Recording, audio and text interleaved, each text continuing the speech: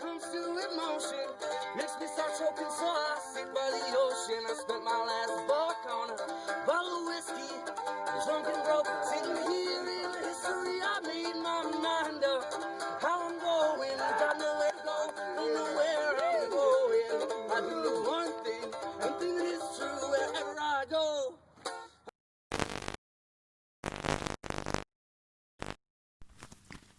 Sława, dzień dobry, cześć i siemano.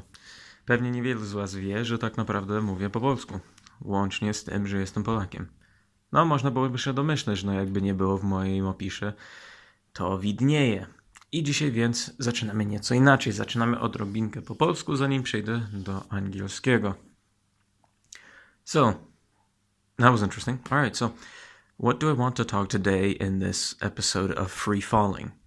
I would like to talk about what I tend to call the Rat Man, or generally to describe, because what we describe as the left, their kind of archetype, seems to be the Bugman, but I think it'd be more apt to call them the Rat Man, because when you call someone a Bugman, they're really kind of just referencing their insignificance and their failure as a person. However, when we're talking about the Rat Man, we're talking about someone who is generally controlled in every single facet of their life.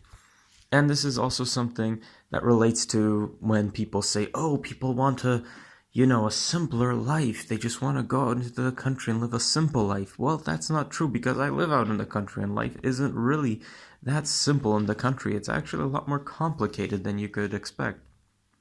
Sure, things happen at a very different pace here, but generally life is far more complex because you have to work for what you get. And generally that's what people seem to desire. They want to know that what they work for, they will get. That's because nature is, well, she's the most unforgiving of mistresses, of goddesses, etc. She is also abundantly fair. What you work for, what stands the test, is yours. And the left also acknowledges this, and they seek to achieve this. But back to the topic of the Rat Man. The Rat Man is someone who, of course, lives in a cage. They live in a cage, they travel by cage, they go to a cage, work in the cage, they return via the cages, and they're surrounded by skyscraping cages into a cage within a cage. What is most interesting about this is that this also describes the fact that leftists exist almost exclusively in metropolitan cities, in large urban cities. And in a way, I think the Mouse Utopia experiment only really pertains to people that are maintained in this very artificial urban complex. And the reason for this is because you can quite literally treat people then like rats. And this is what we also see when we see this massive, strange, very, very peculiar push for ever smaller housing, for people to have this tinier and tinier home they return to. It's literally turning into a cage at this point, where you only have a bathroom, and even then at some point they might decide that the most honorable and prestigious thing in cities is communal bathrooms, man. And yeah, they might actually go for it. What I think is actually very terrifying about this is that it is an actual, very real trend. We are seeing homes that are getting smaller and smaller, and in a way they're more affordable really to the solo worker, the solo consumer who can afford this, go there, but it's not really conducive to families or anything. But that's beyond the point. We're talking about the Rat Man here. The Rat Man, in general, has his life controlled from A to Z. Everything is given to him. Literally everything. And this is also why you see leftists. Why do they spout the same talking points? Why do they behave in this almost identical manner? Is it because they were taught to? Excuse me? Is it because they were taught to work this way? From schools, etc.? Not exactly. Because what we see, this happened to me. I was actually a communist at one point, believe it or not. High school made me a communist. Seattle, of course. What ended up happening to me was I moved to the rural area, and my complete disconnection from the leftism of everyday life. I was considered a normie back then, but my disconnection from everyday life as a leftist, from the constant propaganda, started clicking something in my mind. Something started happening. I started changing, and it was a gradual process of over 2 years, really, where I went from your everyday left-leaning Hillary supporter, Bernie bro, kind of fuck the government, pro-communism and all of that, they be evil, to kind of a semi-liberal libertarian type, kind of, the Sargon-esque type. And very quickly, I realized some things very quickly after having gone into arguments, because I didn't want to admit certain truths. But having existed in nature and being confronted with it in the rural world, because I used to live in the cities almost exclusively. I was a city boy. Now I'm a village boy. I experienced the rural harshness, really, and the work necessary for it, that a lot of things changed in my mind. And the reason wasn't really just the hard work. It didn't straighten me out, but it did give me perspective. But most importantly, what gave me actual perspective, what gave me the ability to think independently, was in fact the sheer fact that I was disconnected. And what we notice is, and what tends to be curative for leftism in general, I've noticed, is prolonged disconnection from the institutions, and most importantly from the cages. Because when you don't exist any longer in this, leftist, quite literally fantasy of a literally artificial environment, it's almost like you are in an aquarium where everything is controlled and everything is monitored. But the moment you're removed from that is the moment you have to quite literally face up to certain very harsh realities, and you have to start thinking about life in a very different way if you're gonna make it in any way.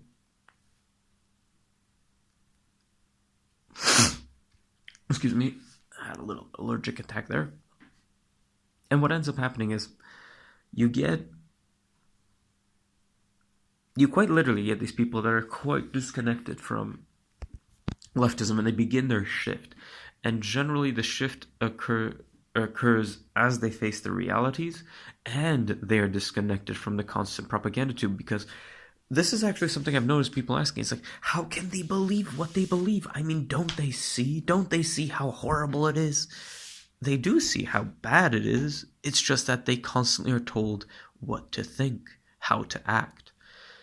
And this is a constant program, because what we don't realize oftentimes is that leftists don't only exist in a physical bubble of the cage. The Rat Man doesn't only exist in a physical bubble of the cage, where his food is provided, his water is provided, and his basic safety and utilities are provided for him. Of course, he pays for them, but they're provided for him.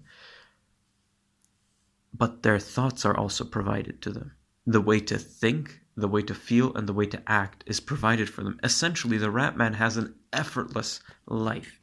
He has to do nothing, literally nothing, to live, survive. He just kind of vegetates through life. Literally, quite literally, the amount of effort necessary is extremely low. And I wouldn't be surprised if leftists in general had a very, very seldom had contact with their internal narrative, and when they do, they probably shut it down extremely aggressively, seeing it as maybe some kind of rising up of white privilege or something like that. Maybe it's their internal racism speaking, and that's why they try to silence it. And it could also be why they are so unempathetic and generally terrible people. But what ends up happening is the thing that controls their thoughts is the television. It's the media that they consume. It's the internet. It's odd because you can say, oh, well, the internet red-pilled me. Yeah, it red-pilled me too, but not exactly. It was a combination. As I was forced to completely disconnect from the internet, etc., I was also, once I had returned, I had a different perspective. And looking at some of these lefty types that I used to listen to, and I can't even name them anymore because I don't remember them, but I was very milquetoast. I was a normie. I didn't listen to any politics, but the normie stuff that I watched had politics in it, and I just wasn't aware of it. What ended up happening was I ended up finding new content creators because I was seeing this kind of really weird disconnect, just this lack of realism from the normie content I was watching earlier. So I found new content, and the content was more real, and slowly I delved into politics. Having engaged in politics, I ended up going through that transitionary period where I actually discussed with people, and I was able to be convinced by the realities of life. And the reason I was able to be convinced of the realities of life was because I was becoming connected to my ancestors by living the rural life. And so what ended up happening ultimately is I completely transitioned from this communist perspective to a very hardened Christian nationalist perspective. And I don't mean to say Christian nationalism. Oh, my brothers, we are Christians, and we shall retake our lands and make Christendom great again. No, I don't mean that. That's not at all what I mean. What I mean is that this is a Polish thing. I guess it's exceptional in its own way, but I think it's actually the whole Slavic region has this thing going on where Christianity is in fact a fundamental pillar. It's a cornerstone of our nationalism very oftentimes, and many of our great religious thinkers have either supported our nationalist movements or independence movements, etc., and it's become kind of intertwined with our culture and our people. This is why I reference it as Christian nationalism, but you could quite literally just reference it as nationalism, Polish nationalism. Oh, there you go. But what ends up happening is we have these rat people, and they even have this little cage for their minds. And that cage for their minds is, of course, the media. And the only way to really get them to treat them is to disconnect them. And when you see these people walking around doing all of these really weird, sketchy things, the way they act, etc., is that they're being reinforced. Literally their entire life, the leftist propaganda is being reinforced because it is unnatural. It is completely antithetical to the human experience. It is so low effort that to disconnect from it, you start putting in effort and you start realizing things. And you start literally thinking. And this would be why you see the leftists discussing, they spew talking points. Even their elite thinkers literally spew talking points from the past. Them inventing new talking points is a very seldom event. It is so seldom that I would actually say it is an exception. On the right, however, we see a lot of very independent thinkers putting forward their very independent takes on things. And what results is they'll reference thinkers, but they won't take from those thinkers completely. They'll say, let's say Aristotle and his take on peoples and how, you have settlers and the conflict of peoples and, these guys will cast these guys out and it's impossible for two ethnos to live in one place because conflict is abound and democracy will fail. Well, everyone realizes that at some point or another, everyone gets to it at a different way or another, and they may even reference Aristotle to this point, say he's right, but they'll have their own take on it, which makes the right really this bulwark of extremely individual thought, which is kind of surprising because the left says that we are radical conformists in every way, shape, and form. Well, it's ironic because when you take it, you have the hipsters who are kind of a quintessential leftist male, beta male bro, who essentially just mimics everything everyone else does. You get these niche circles, and it's kind of funny to see them being like, oh, we're so individualistic, man.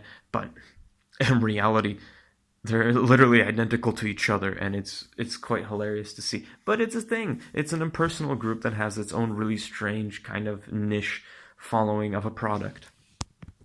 And ultimately, when that product falls out of favor, they too will simply abandon it. The few who don't will become outcasts, essentially, in these weird, almost living antiques that walk around the world. It's kind of hilarious to see.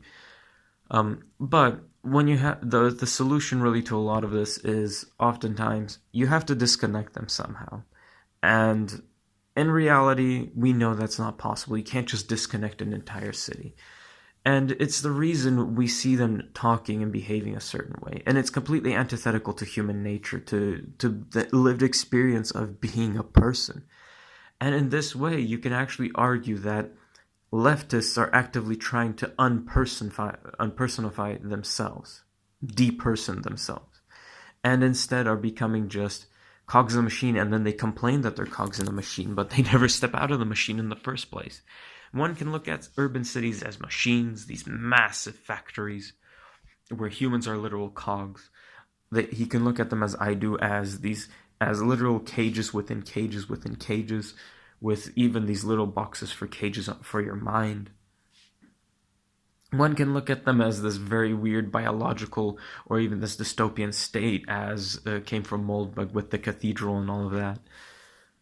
Or one can look at it as this very weird organic thing playing out as a power struggle between some, horrible dark force in the background. But in general, it doesn't matter how you look at it. The conclusion is still going to be generally the same.